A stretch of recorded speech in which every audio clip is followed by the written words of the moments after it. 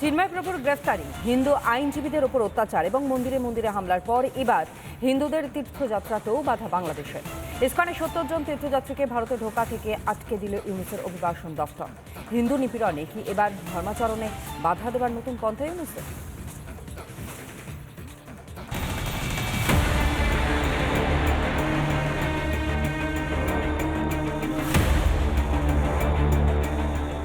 প্রতিদিন হিন্দু নিপীড়নে নিত্য নতুন নজির গড়ছে বাংলাদেশের বর্বর ইউনুস প্রশাসন।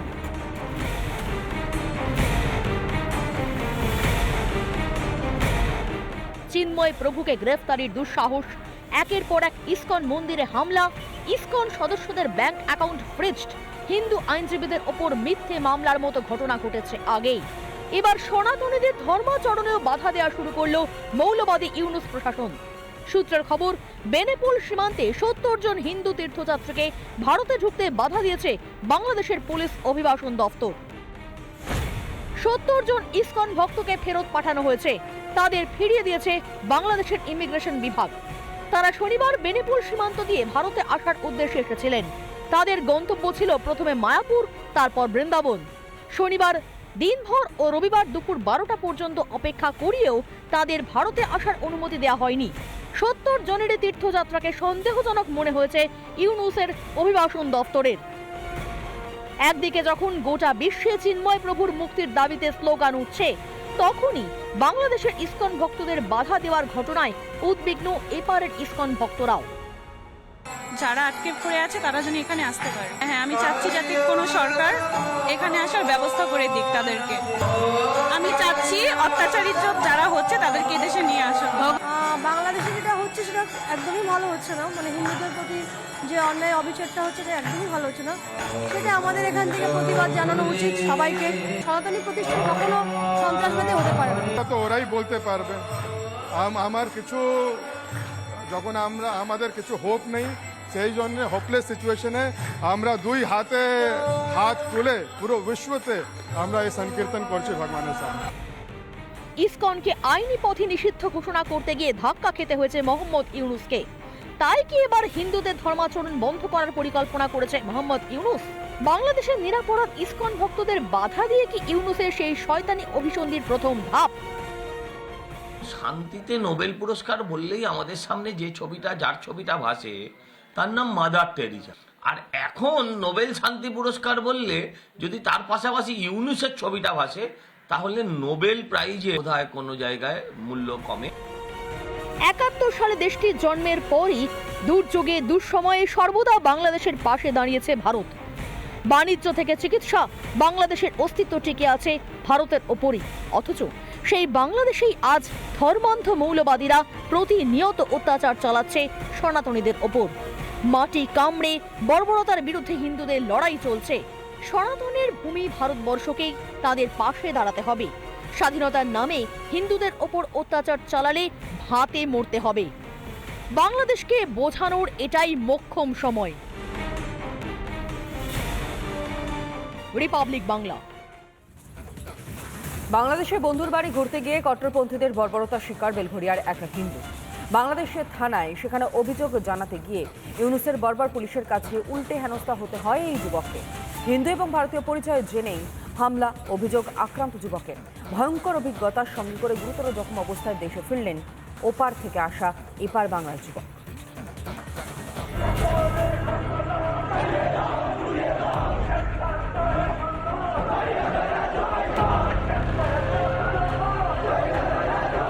ইউনুসের আশকারায় বাংলাদেশে এভাবেই প্রকাশ্যে হিন্দু নিধনের স্লোগান দিচ্ছে কট্টরপন্থীরা।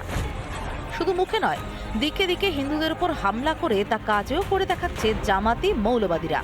সনাতনী ওপার বাংলা হোক বা এপার বাংলার, হিন্দু হলেই হলো। বাংলাদেশে ইউনুসের বর্বর বাহিনী ঝাঁপিয়ে পড়ছে হিন্দুদের উপর।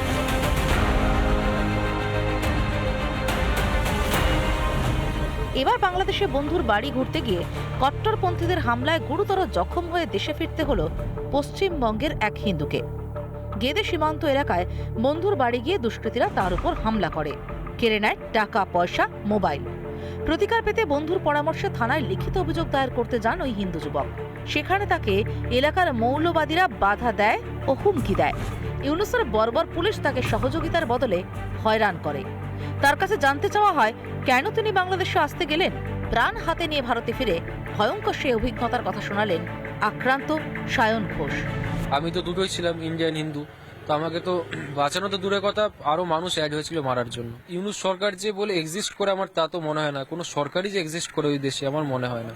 কারণ না স্বাস্থ্য ব্যবস্থা খুব একটা ঠিক আছে, না প্রশাসন তো একদম শেষ। ওরা একটা কথাই বারবার চিল্লাচ্ছিল আর মারছিল যে এ ইন্ডিয়ান, এ হিন্দু। পুলিশের আচরণেই বাংলাদেশ ও ইউনুস প্রশাসনের ভারত বিরোধী মনোভাব স্পষ্ট হচ্ছে। বাংলাদেশে প্রকাশ্যে ভারত বিরোধিতার পরও কেন ছাড় দেওয়া হবে ইউনুস প্রশাসনকে?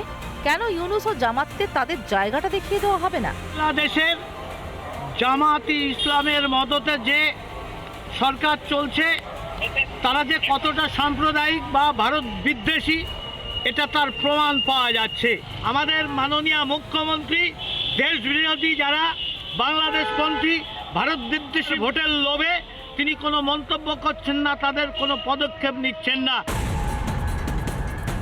একদিকে ইসকন ও হিন্দুদের মৌলবাদী আখ্যা দিয়ে নিজ ভূমে পরবাসী করার চক্রান্ত করছে ইউনুস সরকার, অথচ একের পর এক জঙ্গিদের ছেড়ে দেওয়া হচ্ছে জেল থেকে।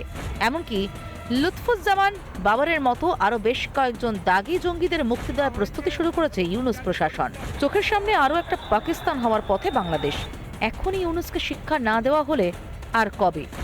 এটা বাংলাদেশের মৌলবাদী ভারত বিরোধীদের বুঝিয়ে দেওয়ার সময়। ভারত থেকে কাঁড়ি কাঁড়ি সাহায্য নিয়ে ভারত ও হিন্দু বিরোধী চক্রান্ত করা যাবে না। বয়কট বাংলাদেশের সূচনার এটাই সঠিক সময় নয় কি? রিপাবলিক বাংলা।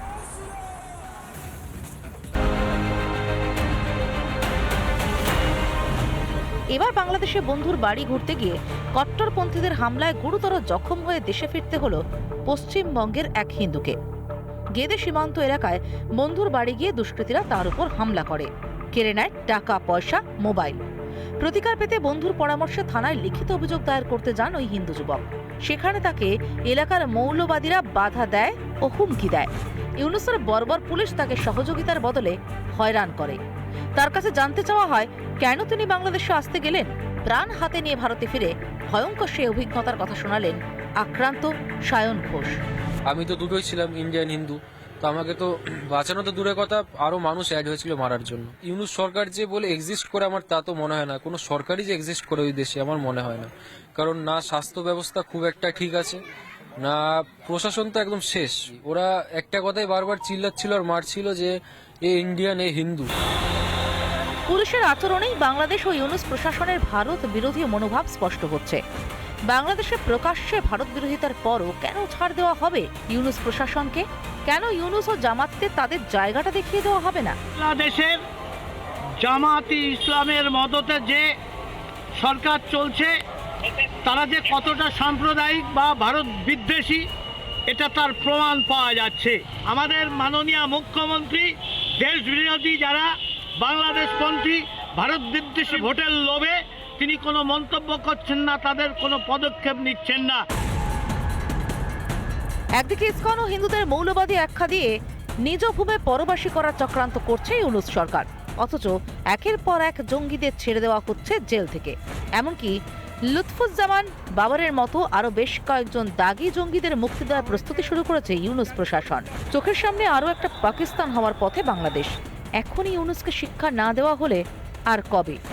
এটা বাংলাদেশের মৌলবাদী ভারত বিরোধীদের বুঝিয়ে দেওয়ার সময়। ভারত থেকে কাঁড়ি কাঁড়ি সাহায্য নিয়ে ভারত ও হিন্দু বিরোধী চক্রান্ত করা যাবে না। বয়কট বাংলাদেশের সূচনার এটাই সঠিক সময় নয় কি? রিপাবলিক বাংলা।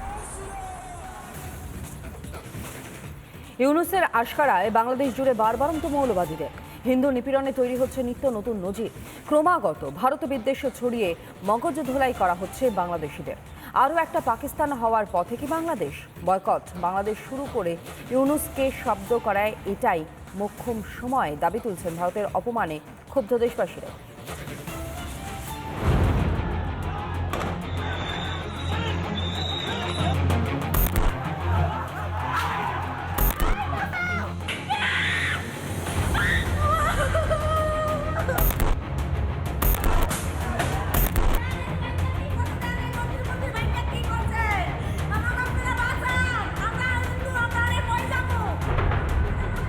ইউনুস ইউনূসের ক্ষমতা দখলের পর থেকেই স্পষ্ট হয়ে গিয়েছিল কি হতে চলেছে। হাসিনা যাওয়ার পর খোলস ছেড়ে বেরিয়ে গোটা বাংলাদেশ জুড়ে এখন একচ্ছত্র রাজত্ব চালাচ্ছে মৌলবাদীরা।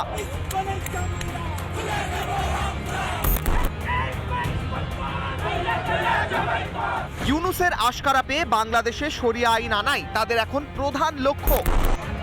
ইউনূসের বর্বর বাহিনীর এখন দুটো টার্গেট, ভারত ও হিন্দু। একসময় পাকিস্তানের অত্যাচার থেকে ভারতের সাহায্যে স্বাধীনতা পাওয়া বাংলাদেশ এখন ভারতের পতাকারই অবমাননা করছে কট্টরপন্থীরা। বোঝাই যাচ্ছে আরও একটা পাকিস্তান হওয়ার পথে ক্রমশ অগ্রসর হচ্ছে শেখ মুজিবের দেশ। যে ভারত বিরোধী মনোভাব বাংলাদেশের ছত্রে ছত্রে ফুটে উঠেছে, তাতে কয়েকদিন পর বাংলাদেশ সরকারও যে ভারতের ক্ষতি সাধনের চেষ্টা করবে না তার কোনো নিশ্চয়তা নেই।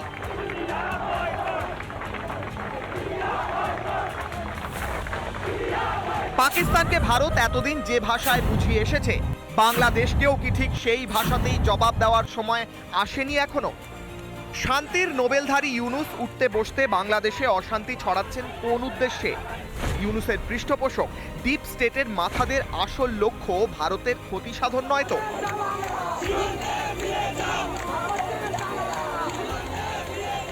আমি চাই আমাদের দেশের দুই সরকার যথোপযুক্ত ব্যবস্থা নিক। ব্যবস্থা মানে শুধু বিবৃতি নয়, ব্যবস্থা মানে আমি চাই ওই দেশের ভেতরে ঢুকে আমার দেশ হস্তক্ষেপ করুক, ইন্টারভেনশন করুক।